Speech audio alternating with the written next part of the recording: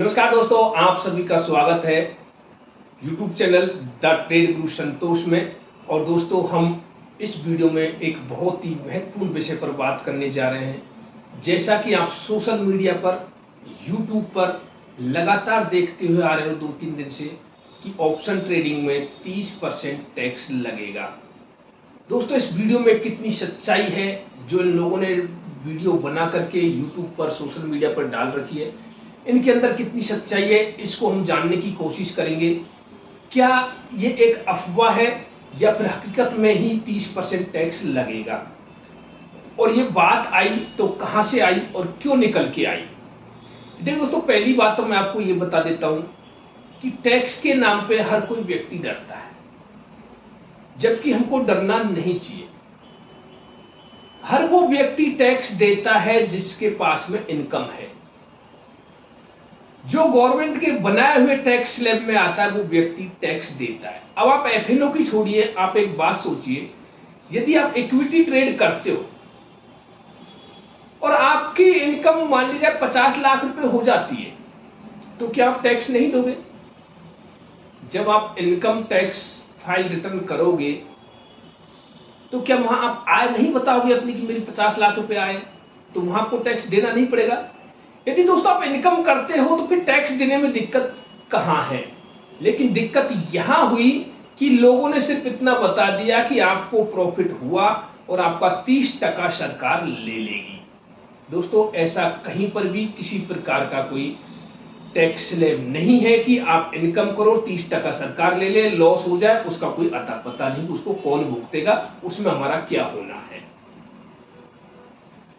दोस्तों देखिए, ये बिजनेस है, व्यापार है, ये कोई सट्टा नहीं है, ना ही कोई ड्रीम 11 है, ना कोई कसिनो है कि आपको लॉटरी लगी 30% कट गया। आप यहां पर मेहनत कर रहे हो, पढ़ाई कर रहे हो, वहां आपका तुक्का चलता है।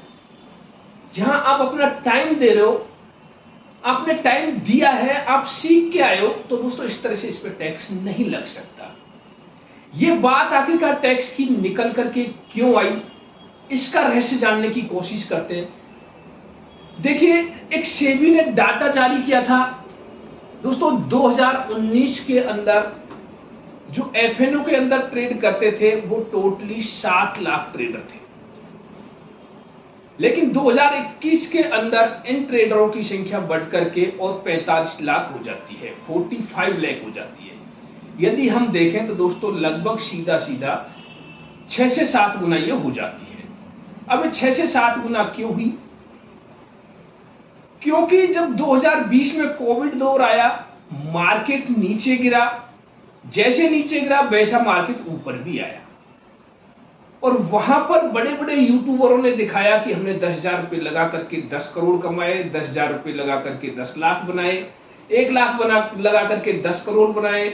ऑप्शन ट्रेडिंग में 2 रुपए से स्टार्ट कीजिए 100 रुपए बनेंगे, 500 से स्टार्ट कीजिए 5 लाख बनेंगे। ऐसी ऐसी वीडियो डाल करके इन लोगों को मार्केट की तरफ आकर्षित किया, और इस आकर्षण के कारण मार्केट में ट्रेडरों की संख्या बढ़ी, वॉल्यूम बढ़ा। इस बढ़ती हुई संख्या को, इस बढ़ते हुए वॉल्यूम को देख करके आरबीआई और सेबी ने चिंता जताई। दोस्तों, वॉल्यूम की बात करें तो टोटली ग्लोबल मार्केट का 80% वॉल्यूम इंडिया के अंदर से आता है। इंडिया के ट्रेडर्स 80% वॉल्यूम क्रिएट करते हैं, और इस वॉल्यूम को देख करके आरबीआई और सेबी ने चिंता जताई। उन्होंने एक डाटा और जारी किया 2021-22 के अंदर कि 89% लोग एफएनओ के अंदर लॉस में हैं, और वो ऐसे लोग हैं जो मार्केट में आते ही लॉस कर देते हैं। ज्यादातर युवा लोग उसके अंदर लॉस में हैं। दोस्तों, सेबी ने इस चीज को देखा कि जब 89% लोग लॉस में हैं, 11% लोग प्रॉफिट में हैं, तो ये लोग फिर क्या करेंगे। उन्होंने एक औसतन एवरेज निकाला, तो औसतन एवरेज निकल के आया 2021-22 का कि पर ट्रेडर 1 लाख रुपए लॉस में है। एक ट्रेडर 1 लाख रुपए के लॉस में औसतन। बाकी तो आप जानते हो, कोई 1 लाख के लॉस में है, तो कोई 50 लाख के में, तो कोई 10,000 के लॉस में, तो कोई 20,000 के लॉस में। उसके बाद में आप फंडामेंटल की देखें, अगर यदि दोस्तों हम बात करें, मनी के ऊपर चलें, टर्नओवर के ऊपर चले तो वहां देखिए कि मार्च 2019 में 217 लाख करोड़ का टर्नओवर निकल के आता है, लेकिन मार्च 2024 में 8,740 लाख करोड़ का ये टर्नओवर निकल के आता है। तो आप देखिए कि टर्नओवर कितना हो गया, लगभग 40 गुना ये बढ़ गया।